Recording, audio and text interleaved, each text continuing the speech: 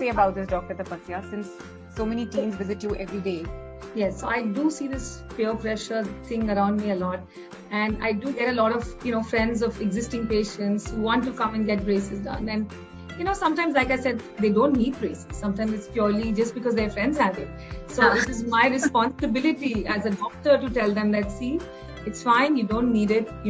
Or maybe it's because it's a slight thing, and for me, from my perspective, you don't need it. So it's, as a doctor, I have to be honest with them. But yes, I do see a lot of this peer pressure thing. Like, there was a time when every child coming to me wanted colorful braces, because my friend has it. I'm only going to go for this. Even the parent says, no, go for the aesthetic braces, or let's do Invisalign. But that, again, now the whole trend is shifting. Now it's like, I want Invisalign. So again, whether it's Invisalign, I might tell them that, okay, maybe for your case, I'm not sure if this is going to be the best choice. Or if you're going for metal braces, maybe this is not the best choice for you. So the pressure definitely plays a major part. And sometimes you cannot, make them see sense also. Sometimes you have to go with what the child or the parent wants. And as long as, I'm educating them correctly about what works best for them, as a professional, I think that's important.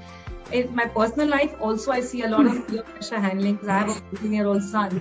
And, he recently wanted a gaming laptop, which is high-end. And I said, no, my friend has it. So sometimes the parents, it gets hard, So sometimes kids can be very demanding and at a certain age. But like Priya said, you have to direct and make them see reason from a very early age, put them in the right way, and kind of nurture them from there. So they see your viewpoint also. Eventually it's like a conversation with your teenage kids.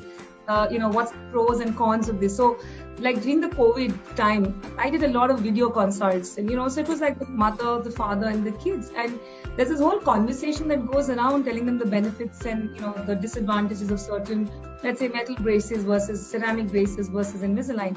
So at the end of it, yes, peer pressure is there, but I know that parents of teens also know how to kind of work with it, and we have to all work around it. And it's for me, it's like like a discussion with the parent, with the child. We sit together with the doctor and have this whole discussion. So sometimes we're able to convince the child to go for a certain kind of a treatment.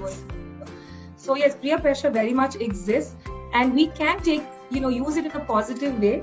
Also, because like children come in, we tell them, okay, see your child, like I have to sometimes put some horrible devices in the mouth also. And so, you can kind of convince them saying, see, this child is doing it. We have other kids in the clinic. And they do get convinced that, okay, there are other kids doing this as well. I think in my case, peer pressure worked in the completely opposite way, where everybody made fun of me, Priya. Everybody made fun of me and told me, yeah, go see your face in the mirror. And it worked in that sense that I totally got determined that, no, I am going to do something about it and not just going to go to the bathroom and cry. But you're a positive personality, right? So it also makes a difference on the kind of a person you are, right? So I think it's very important. Of course, I get kids like that who say, I really don't like the way I look. Or their parents who say, I want you to fix my child. Child is super confident with, the way they look. And I don't know why my parents want me to get braces done. So it's both ways, but yes, I think it is a parent's responsibility to take their child at that age, because the same kids who are totally confident about it at that point, I do see a lot of adults as well, like I said. Yeah, so when it comes down to that point. That reminds me, my daughter was telling me yesterday that I don't ever want to get braces. And I am a parent here who thinks that she should because the doctor suggests so, right? And I don't know, like after today's session, now I know that later on in life, she may or may not have other problems because of whatever fixing she needs right now. So I think as an aware parent, it is my responsibility to also tell her, educate her about the pros and cons of getting braces and not getting braces, and that she's going to get braces for a certain amount of time and what she should experience or expect at that time versus how she's going to be after the braces, the whole treatment is done. So I think as a parent, all of us, all the parents who are also attending this, it is our responsibility to let the child also make an informed decision at some point. I think I'm done with my... And that's why when the child comes in, sometimes we work like their counselor. A lot of teens or children don't listen to what their parents say. So I have to explain to them why they need a certain treatment.